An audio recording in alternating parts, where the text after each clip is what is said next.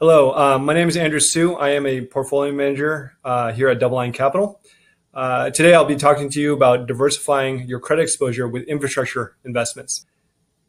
It's ironic that I was speaking to you about infrastructure this week because I started my week off speaking to a colleague in North Carolina.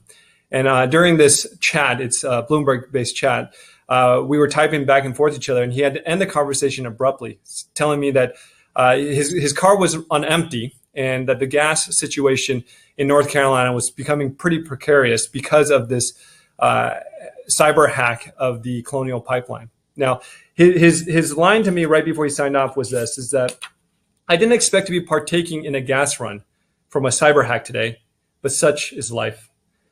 We generally don't think of infrastructure much until something goes bad. And then when it goes bad, we realize how critical infrastructure is for our everyday life.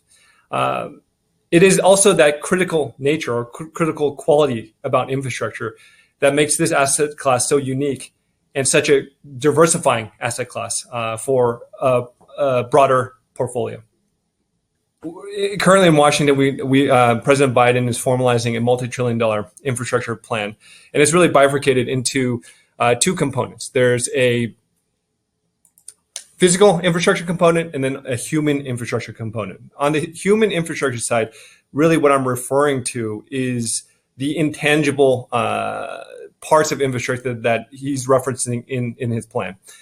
And there we're talking about elderly care and child care, workforce development, and then also education. While we do view that as critically important for the development of society, if we look at infrastructure from an investment standpoint, it's really where the physical infrastructure component, that is really where the opportunities reside. And that's really what the areas we're going to focus on. Now, naturally, with anything in Washington, it's very difficult to get all parties to agree. And one of the hangups right now is really in regards to the magnitude of the fund or the plan, and also how to fund this plan. What we do view is that if there is a plan, it does come to fruition, it certainly will help key infrastructure sectors grow in capacity and development. But what we've seen over the last several years is that absent any type of formalized program, the private markets have as much interest in development of infrastructure as the federal government does. And spending in this place, in its place, and development of infrastructure will happen regardless if this plan comes to passage. Looking a little bit at just the components of the physical infrastructure side, and actually before I get into that, maybe one point to bring up is just our views on that, because I do get a lot of questions on, is the plan or the formalization of a plan the catalyst to really get infrastructure spending to occur? I think the answer is yes, it would certainly help, but as I mentioned on the last slide, it does not hinge on that solely. Really, what we see as the most beneficial or impactful thing that the government can do is work on regulations and streamlining regulations so that when a project comes into the market, the planning phase moves very quickly into the build phase, which moves very quickly into the operational phase. If they can streamline that process, private capital will come into the market in earnest. So that's the thing that we think can drive infrastructure development the fastest. But again, without a plan, infrastructure development is definitely here to stay via the private side. Now, looking closely at the infrastructure plan that Biden's proposing, there are three components of tangible physical infrastructure that administration is focusing on. The first one is energy efficiency. This is a large component of the plan. And really the idea here is to focus on sustainable energy and also to create safety and resilience in our existing power infrastructure. We all saw what happened in Texas this last winter, where a lot of the power supply was wiped out or stalled out due to inclement weather. And literally this entire state of Texas was a few days away from not having power in its grid whatsoever. This was catastrophic. The same thing you could say happened in California over the summer with these wildfires that destroyed many, many homes and property. And also there was reasonable loss of life. And that's never something that anyone is looking forward to. So what the government's really looking to do here is to bolster this. And the payout here is via reduced costs. There won't be, this type of catastrophe, and federal funding won't have to go and meet that. But additionally, the growth that's associated with stability in power resources is key, because businesses can continue to operate, hospitals can operate, and people can continue on with their daily lives as if nothing has occurred. And that's going to be very important. And sustainable energy expansion will help this cause. Now, for us, we have been involved in investing in renewable energy for a significant amount of time. And we continue to do so today. The growth with this plan would be substantial, and we would see growth both in the generation side with wind and solar output production increasing. But we do see vast opportunities in what we would call behind the meter type investments. And this would be investments in storage capacity, specifically with batteries, and then also transmission and distribution type infrastructure related to this new type of technology. The next area of focus on that plan is within the transportation area. And for ourselves here in the United States, the lack of investment in transportation infrastructure has led to us having really suboptimal infrastructure network. And this is, this is actually taxing on our overall economy, because we are here in the United States very much a U.S. Consumer-based economy, and getting goods from point A to point B are extremely important to kind of keep that economy going at full steam. So investing in transportation infrastructure absolutely has ramifications to the economy. But what Washington is looking to do is they're looking to invest in or fund what we would call non-economic infrastructure. This could be roads, bridges, or other types of transportation infrastructure that you don't really get a cash flow benefit directly from. Certainly the economy would expand with better networks, but you're not seeing a cash flow benefit. Here at DoubleLine, what we're looking to focus on are transportation assets that actually have a direct cash flow benefit. And here we're talking about ports, airports, or other types of infrastructure related assets. And this could be aviation assets, rail assets, and shipping type assets. We have also been invested in this space for a significant amount of time. And I would say that it's interesting to look at, and we'll talk about this a little bit later in the presentation, but some of these areas are seeing massive growth, and from an investment perspective, very, very strong gains coming out of the pandemic. As things return to normal, utilization of these assets is really starting to pick up in a meaningful way. Finally, the last area of focus on the plan on the tangible infrastructure side is in the area of manufacturing. And for ourselves, manufacturing is not necessarily an infrastructure investment, but there are ways to access it. The reason manufacturing is coming up is because, again, COVID highlighted some of the weaknesses in many parts of our infrastructure. Manufacturing is one of them. During the height of COVID, if you do recall, we had a really difficult time getting PPE, or personal protective equipment.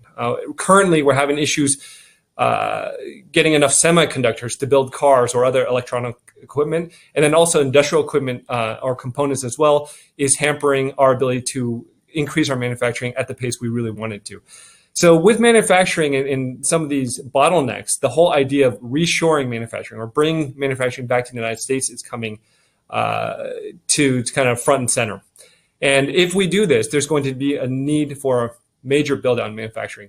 I already mentioned that we really don't see manufacturing as typical infrastructure type investment, but we did get a little bit creative and looked at different ways we can access that market. And we do believe that through data, telecom, and maybe even recycling, those are some of the ways that infrastructure can get involved in the investment of reshoring manufacturing. Okay, on the concept of renewable energy, here we're taking a look at a chart showing U.S. electricity generation capacity additions over time. I'll draw your attention to just two of the bars here. It's the light blue bar and the dark blue bar, and they represent wind energy and solar energy respectively. And what you can notice here is if you look at 2019 and 2020, is that the vast majority of the power generation here in the United States over the last 2 years has been in sustainable sources, wind and power. And this is great to see because there's a lot more adoption in this place, and that does mean growth in the industry, which ultimately translates into investment opportunity. The other aspect that we're really looking at is this administration is heavily focused on increasing sustainable energy here in the United States. And because of that, we do expect this to grow even more in the coming years. There's been discussions about the investment tax credit with renewables. It was supposed to be tapered down over time. We did have a 2-year extension. Potentially, we may have more, and we won't get into it on this discussion. But if you do look into it on your own, you'll notice that with the incentives, with tax breaks on renewable energy, the adoption rates picked up substantially. And we do think that having this additional tax break will help adoption rates pick up even more in the coming years. Okay, on this chart, we're looking at a little something different here, and that's in regards to deployment of storage capacity. So the biggest gripe with renewable energy is that when the sun shines or when the wind blows, it works perfectly fine. And then if the weather is anything but the such, it becomes unreliable. And that was true until now. What we're seeing right now is a rollout and the development of battery technology. And this would be behind the meter. This is one example of behind the meter type investments. But battery technology, not only is it our battery capacity increasing, but we're starting to see the cost of batteries decrease. And with that, the adoption rate is starting to increase. So here we're looking at two bar charts. The dark blue is solar builds without storage. And then the orange bar is solar capacity that's been built with storage attached to it. So in 2019 and 2020, very, very little solar production or capacity built with storage. But the expectation on a go-forward basis is that's going to become a much larger portion of the overall market. And again, this is exciting for two reasons. Number one is we are literally seeing an evolution of the power generation here in the United States and really globally occur before our eyes. We went from fossil fuel energy and solely relying on that to more sustainable energy, and sustainable energy had its pitfalls, meaning it was intermittent. But when you include storage capacity, you're changing an intermittent power source into an around-the-clock power source, and that makes it much more viable for widespread utilization. So with battery storage, that's going to increase the amount of storage, solar capacity build on a go-forward basis. But this is a new technology, and that means it's going to be a very interesting investment on a go-forward basis. We here at DoubleLine, we're actually looking to try to do one of the first storage securitizations, and we do see it as a very big growth area. Within solar, we spend a little bit of time talking about it, but the growth potential is huge. It's not just here in the United States. The United States has definitely got some significant volume of solar build out or renewable build out in the future, but really globally, this is the same phenomenon. And also, when you couple on storage and behind the meter transmission and distribution type infrastructure plays, it becomes really, really exciting about how large and what types of opportunities you see in this space. With any infrastructure investment, you really have a choice about where you want to get involved in the product lifecycle. And if you want to take a little bit more risk and you felt really comfortable with the builders of a certain project or the developers or who ultimately would offtake it. So it just shows you the flexibility around infrastructure. Okay. The transition away from fossil fuels is not going to happen overnight. By 2050, it's still estimated that 50% of our energy consumption will still come via fossil fuel-based methods. So this chart here shows conventional energy and oil demand over time. Draw your attention to the orange line, and this shows the supply of energy over time. And then the dark blue line shows the demand. And clearly right now you can see that there's already a supply and demand mismatch. We are consuming more than we can supply, so we're exporting some of these hydrocarbons or energy here into the United States. As we enter into a normalization process, the economy is growing very quickly and heating up very quickly. If that demand line increases towards that red line, and the red line is the pre-COVID demand path, clearly we're going to have a severe imbalance between supply and demand. And this needs to be addressed via infrastructure. The one thing we're looking at and seeing on the energy front is that new builds in energy infrastructure will not be robust on a go-forward basis. So what that means is existing energy infrastructure is going to be all the more important. And I guess going back to the Colonial Pipeline example, this is an example of something that can happen. No one expected, a cyber hack to occur, and this to impact such a large portion of the energy base to the northeast and southeast of the United States. And we're going to need different midstream assets to accommodate or mitigate some of these effects. So it's very important that we keep our existing energy infrastructure in top shape. And this is going to require additional investments in these assets. Because we don't see really long-term growth in this space and this move away from sustainable energy or to sustainable energy, I would say we view long-term investments in energy as still a viable option. And then if there are geopolitical, idiosyncratic, or weather-related type events, there could be pretty good buying opportunities for some of these investments at opportune times. So I would say more of a long-term type play for energy for us at this point in time. But if there are issues in the market, such as a cyber hack and some assets sell off in a substantial way, we certainly would look at those in opportunistic format. Okay, on this slide here. It's really showing you that infrastructure is not impervious to market cycles, but what it demonstrates is that it is extremely resilient. And here we're looking at relative mobility versus a daily COVID case count. The blue line is showing mobility, and then the area chart beneath it is showing COVID case counts over time. And as you can see, in the spring of 2020, as COVID outbreak first occurred, mobility dropped off sharply. People stopped traveling. People stayed at home. There was a lockdown in many parts of this country. So people really stopped moving around. But as we started getting a handle of COVID, closing in on 2021, mobility started picking up in a significant way. And today, if you look at mobility, it is at or above the levels we saw pre-COVID.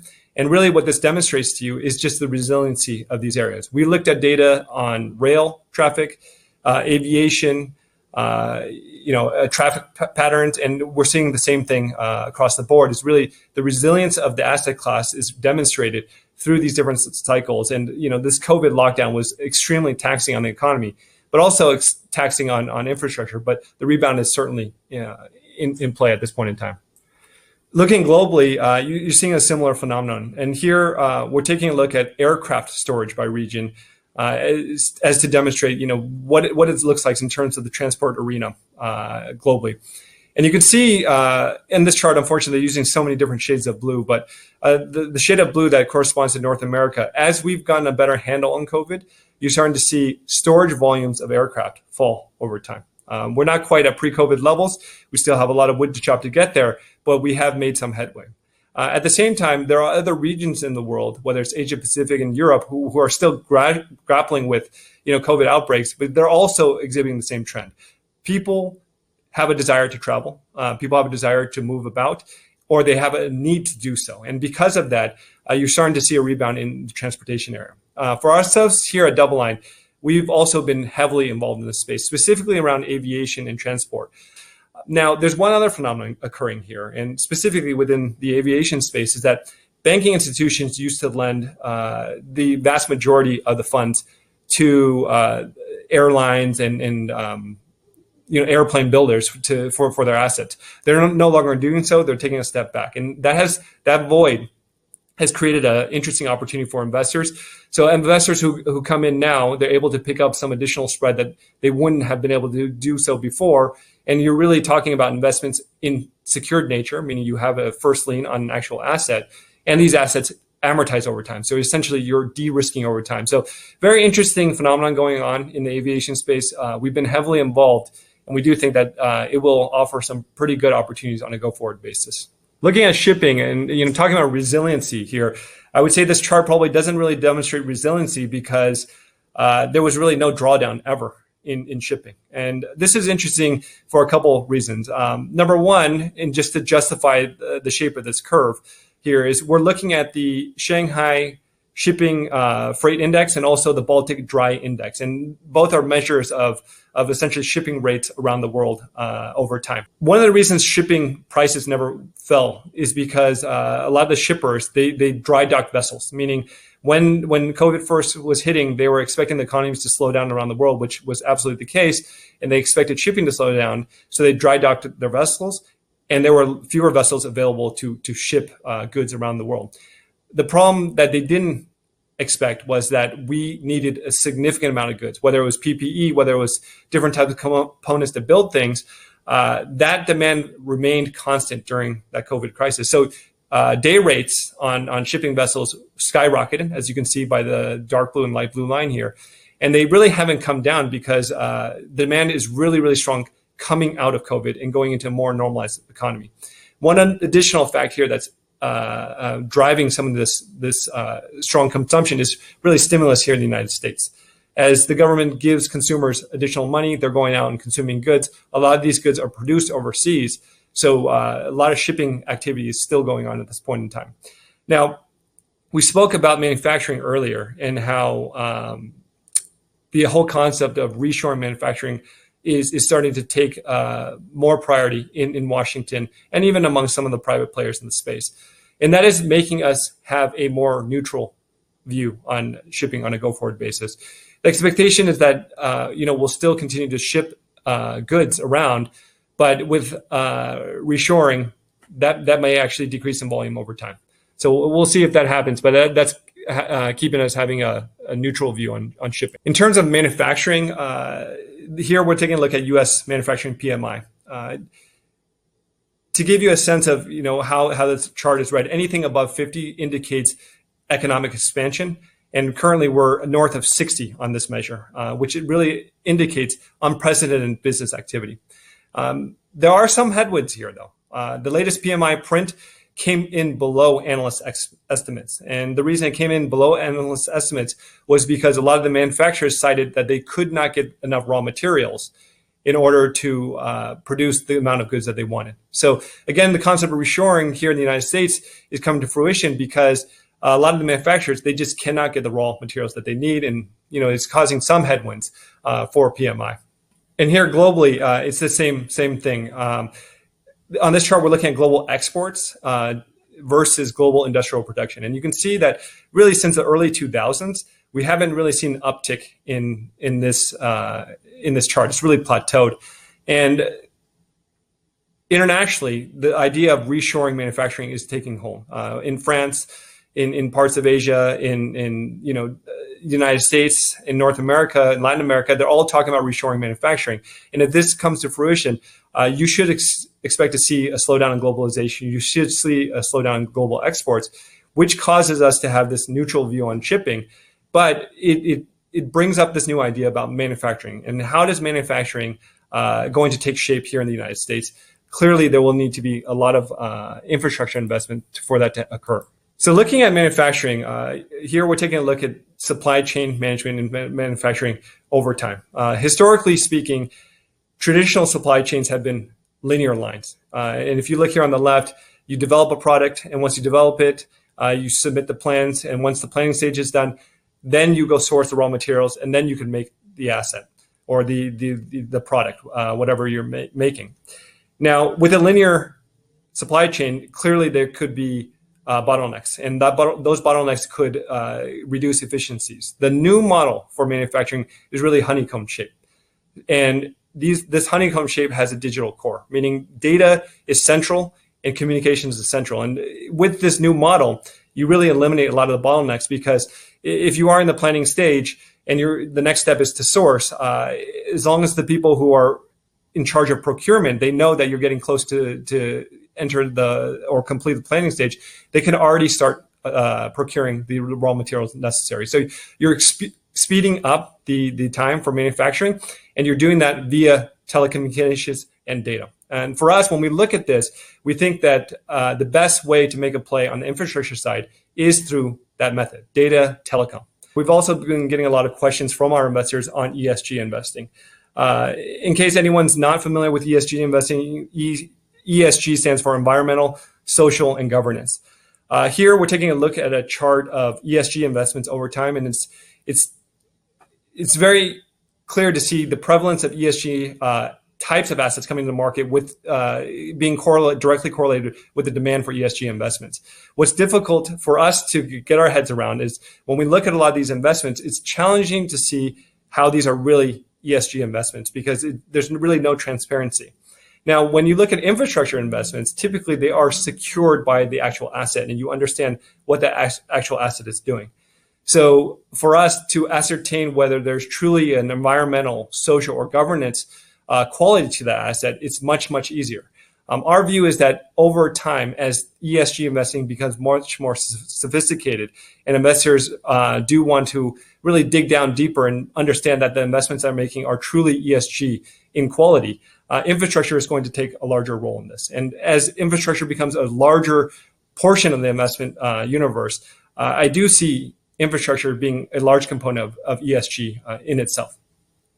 The final slide here is just a sum up of everything we discussed. But the topic of the discussion is diversifying your exposure or credit exposure with infrastructure. And here, what we're trying to show is different sectors that you can get involved in, and the way we may express our views in it. And we're not listing everything here just because it would really take up much more than one page.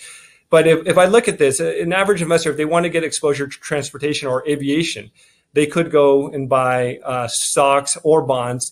The way we prefer to do it is we want to do it in a secured fashion. So we buy asset-backed securities where you have a pool of aircraft as your security. So if something goes wrong, you can actually take ownership of those assets, and the recovery rate will be better than an unsecured investment.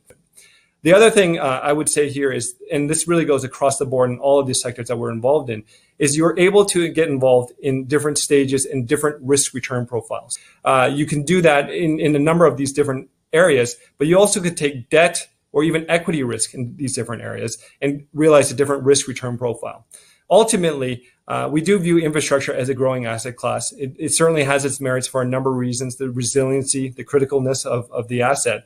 But also, if you look at altruistic reasons, ESG nature of it, you can dig down deep and really determine if one of these assets truly has one of those environmental, social, or governance type components, and feel good about making that investment as an ESG investment. We really see a lot of merits on infrastructure, and we continue to use it across our different strategies today. So with that, I'll end this discussion and open it up for questions if anyone has any. Okay. So there's one question here on interesting. Can you provide one or two interesting examples of companies, debt sectors you've mentioned that you're excited about?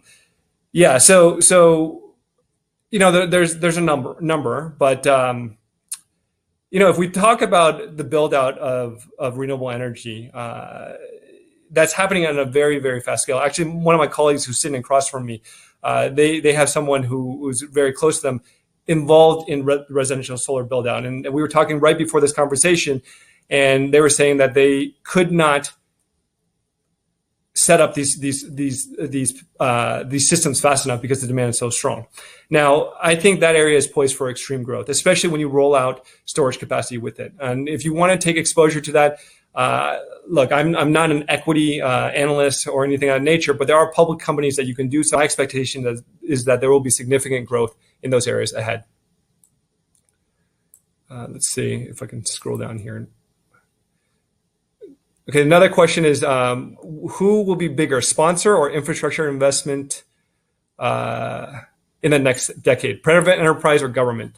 Which is a great question. I would say this, is that the government, their job is not really to build infrastructure. Their job is really to govern, right? And I said this earlier in the conversation, but anything around the regulatory framework that they can streamline would be very beneficial. And there's a lot of discussions right now in Washington about who will fund this government spending program on infrastructure. I firmly believe that if they can streamline the regulatory framework, private funding will come into the space, and the Democrats and the Republicans will no longer have to fight as hard over funding in this space. So I think the private sector over the long run will be the biggest financier of this space, and I do expect to see a lot of private investments that come out into broader markets in this space on a go-forward basis. Okay, one other question here is DoubleLine looking to providing capital for energy efficiency investments in refitting buildings. There have been a couple transactions out there that have been of that ilk. There's a program out there called PACE. It's called Property Assessed Clean Energy, and that has been rolled out both on the residential side and the commercial side. We've looked at those types of investments, and I would say we are involved in a very minor way there. So it's not going to be a huge component for us. We're really looking for a direct play on sustainable energy. So this is either on the generation side, or what I'm really excited about is on that storage side. It seems like that is all the questions that we have. Definitely thank everyone for participating on this call. And if there are further questions, please reach out and we'll definitely get back to you with any answers that we may have. Thank you.